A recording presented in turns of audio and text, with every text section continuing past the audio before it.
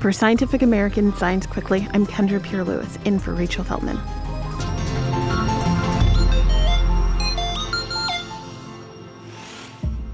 Think of a psychiatric condition, something like attention deficit hyperactivity disorder, panic disorder, or anorexia nervosa. Nowadays, many of us take for granted that a mental health care professional can help determine if we have one of these conditions. But how do they make that diagnosis? It's based in part on guidelines from the Diagnostic and Statistical Manual of Mental Disorders, or the DSM. It's a book published by the American Psychiatric Association with the goal of accurately describing recognized mental illnesses. In many ways, the DSM is considered the, quote, Bible of psychiatry. It's also received decades of criticism, particularly that it doesn't reflect scientific reality. Last month, the APA announced that it may make a major overhaul to the DSM, which, if the proposals come to pass, could have significant impacts on how psychological disorders are categorized and diagnosed. To learn more about those changes, we spoke with Allison Parshall, Associate Editor for Mind and Brain at SciAm. Thanks for joining us today. Thank you for having me. So, kind of the Bible of psychiatry is this book known as the Diagnostic and Statistical Manual of Mental Disorders, or the DSM. And we're currently up to the DSM-5. Can you talk a bit about the book's origin and what it means for the field of psychiatry? Yeah, the DSM started kind of in the mid-20th century. The book that we know now was kind of born in 1980 with the DSM-3. There was like a big expansion in the number of disorders that this book lists. Now we're up to almost 300. There was a little bit of an addition a couple years ago, but yeah, we're at the DSM-5 now. And basically, like, this book's definition of various mental illnesses is one of the main things that kind of governs what we think of as a disorder and what doctors treat and what non-doctors, like social workers, treat, and how scientists do research and how insurance gets billed. So it's a very important book, and it's put out by the American Psychiatric Association, which is a professional organization of psychiatrists. So it's kind of like the manual of psychiatric disorders. Yeah, it's basically like the manual, the Bible, the founding document of psychiatry in many ways. You've mentioned now that, there have been previous revisions of the DSM, but the article that you wrote is really highlighting the fact that there are potential revisions that are going to be kind of a massive departure from the past. Can you talk about what these new revisions might mean? Yeah, so the new revisions are still just proposed. Basically, the American Psychiatric Association put together a bunch of committees and subcommittees and everything, basically saying, okay, we want to figure out what we're going to do with this going forward. The DSM has faced a lot of criticism for a long time about how it categorizes mental illness, and those criticisms haven't really changed. The main one is that it focuses a lot on having categories of mental illness that are relatively reliable. Like, you could get a bunch of psychiatrists to talk to the same person and they might come to the same conclusion. The question of the conclusion that they're coming to, of this person has major depressive disorder versus bipolar 1 disorder versus something else, there's an increasing sense based off of neuroscience research and genetics research that those boundaries are not really founded in biological reality. Like, they make sense as ways for clinicians to segment the population of people that they see, for scientists maybe to treat a bunch of people who have similar symptoms.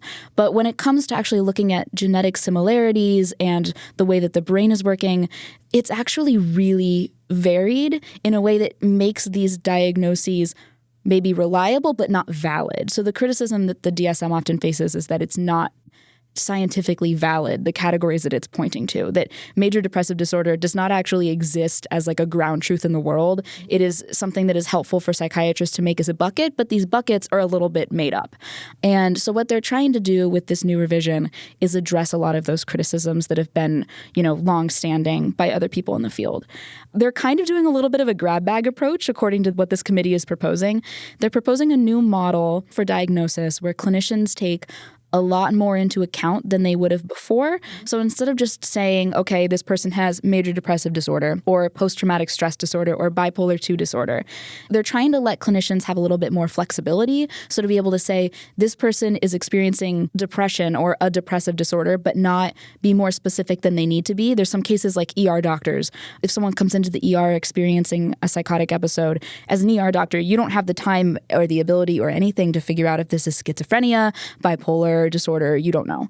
So they're kind of trying to allow people to have varying levels of specificity, which fixes some of the criticism about the DSM in the sense that doctors felt before maybe like they had to give more specific diagnoses than they even knew. And that leads to patients, having kind of a laundry list of diagnoses attached to their name that may or may not be appropriate. The other thing that they're doing is letting doctors add a lot of extra factors kind of on the diagnosis sheet. So if someone comes into the ER experiencing a psychotic episode, it appears that they're unhoused. That's an important factor. It appears that maybe they're experiencing symptoms from another medical condition. That's an important factor. So they're proposing this idea where there's a lot more spaces for doctors to put in contextual factors. One of those contextual factors is biomarkers, which is like this idea that you could do a blood test or a brain scan or something that could reveal something about the physical nature of someone's body or brain that informs the diagnosis that you give them. This is not something that really exists yet for any mental disorder except Alzheimer's, which is kind of not really a mental disorder. It's on the border of psychiatry and neurology. But so yeah, all of this is meant to address kind of these underlying criticisms that the DSM has always faced. The experts I talked to weren't convinced that this is really how to do it. What were their concerns?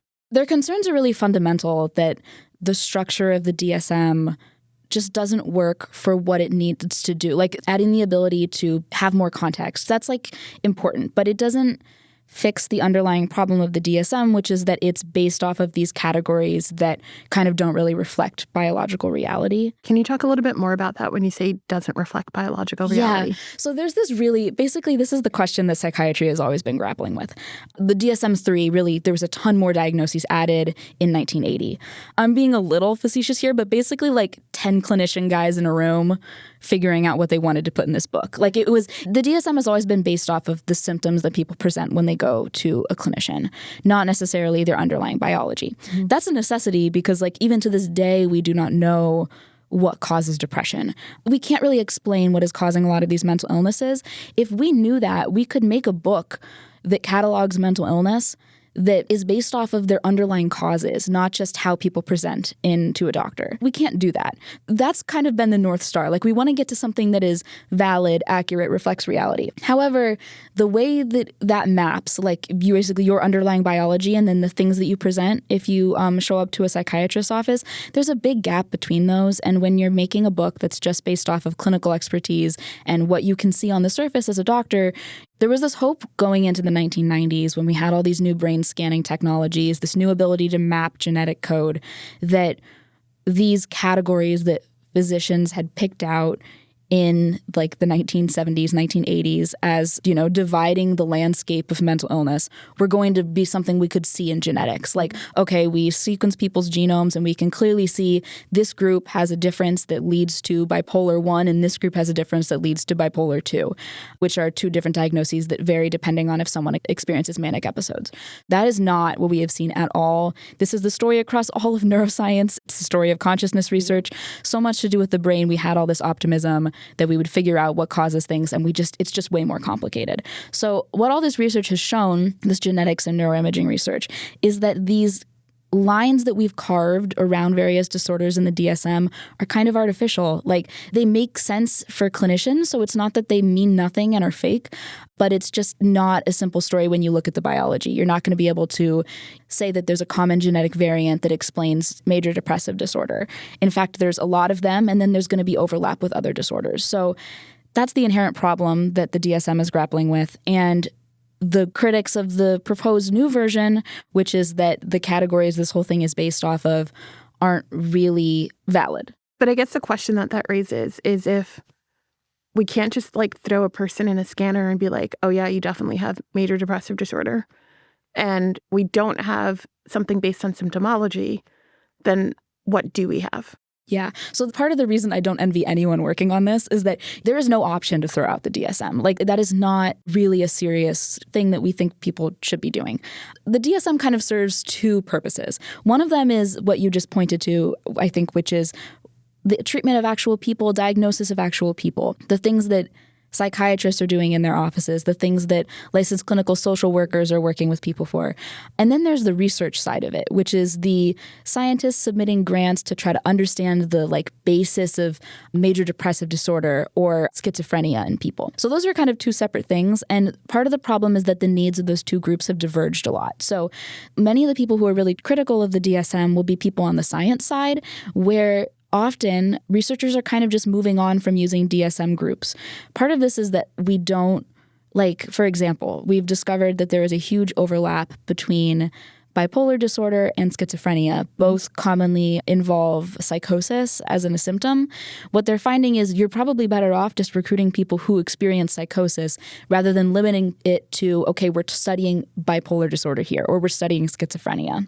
When you open it up and get rid of those boundaries, you kind of allow yourself to just go where the data takes you and figure out where maybe nature is actually carving borders between these, if to the extent that there are borders at all. On the clinical side, we don't have the option to just kind of divest from it. Psychiatrists are going to continue to be making diagnoses and treating people based off of their symptoms. Even if we had a biomarker for depression, it might not make any sense to test people's blood for it. It's expensive, it's hard.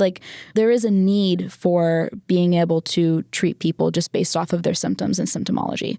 You might have the biomarker, but you're fine. You're not expressing depressive symptoms. Yeah, it would have to be a perfect biomarker. Right. And those things are just not likely to exist of you only see it in people who experience clinical depression and are going for help. I don't envy anyone who has to figure out how to navigate all of this.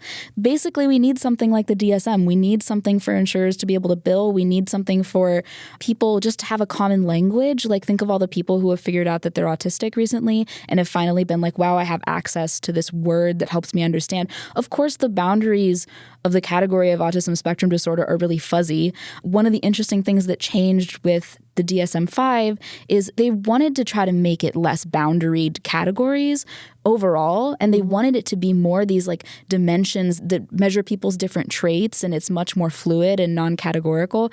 They weren't able to do that then. There's research wasn't there for it, but they did change autism. Many of the different disorders that were related to autism, they lumped them together under autism spectrum disorder. So there was this sense that okay, maybe we're better off having fewer divisions of subdividing out very specific categories and just kind of pointing more generally to something that a group has in common at large. That was something that they even started to do back then. So that was a little bit of a tangent, but I do think the autism example is actually kind of interesting. They've been trying to make things less boundaried categories and more of a continuum for a while now. And as your article details, these are proposed changes. So we actually still don't know what the final product is going to be. Yeah, this is all very provisional. But these kinds of announcements do not come around often, which is why we're covering it. This is quite notable. Basically, these different committees that were created by the APA have these suggestions for how they want the book to look very different in the future. They're publishing these papers that they came out with to kind of open the conversation up to other clinicians, to psychologists, not psychiatrists, to people who have the diagnoses, the people who love them, other healthcare providers that treat people. So basically, from here on out, the point is for it to be almost public comment period or, people getting recruited into new subcommittees to kind of try to refine these ideas. I will, as a word of warning, say we don't really know what's going to happen here. It's very possible that we don't end up with big changes at all because they tried to do something very similar in the 2000s with the DSM-5.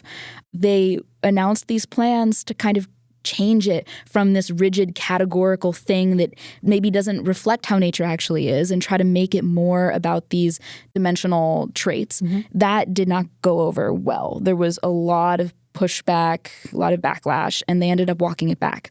And the DSM-5 ended up largely similar to the DSM-4.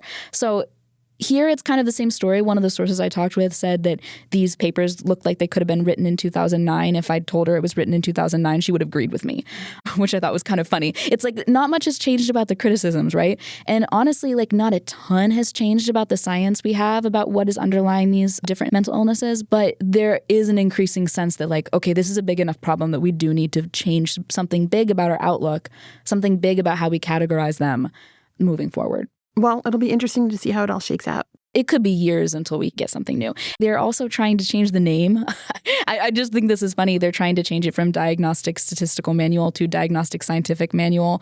And they are thinking that they want to maybe update it every few years rather than having these big updates every decade, which could be really good. But then they were like, so maybe we won't even call it the DSM-6. Maybe it'll just be the DSM going forward, and they're just going to make incremental updates. So we'll see how it looks going forward. If anyone is wondering what this means for them or their care, their diagnoses, it doesn't really mean a lot yet. But if you hear something in this that's compelling or interesting to you, or it seems like you're concerned, you can always, look into it and see if they're looking for feedback. Thank you so much for taking the time to speak with us today. Thank you, Kendra. That's it for today. Tune in on Monday for our weekly science news roundup. Before you go, I have a quick favor to ask. It's for a future episode about kissing.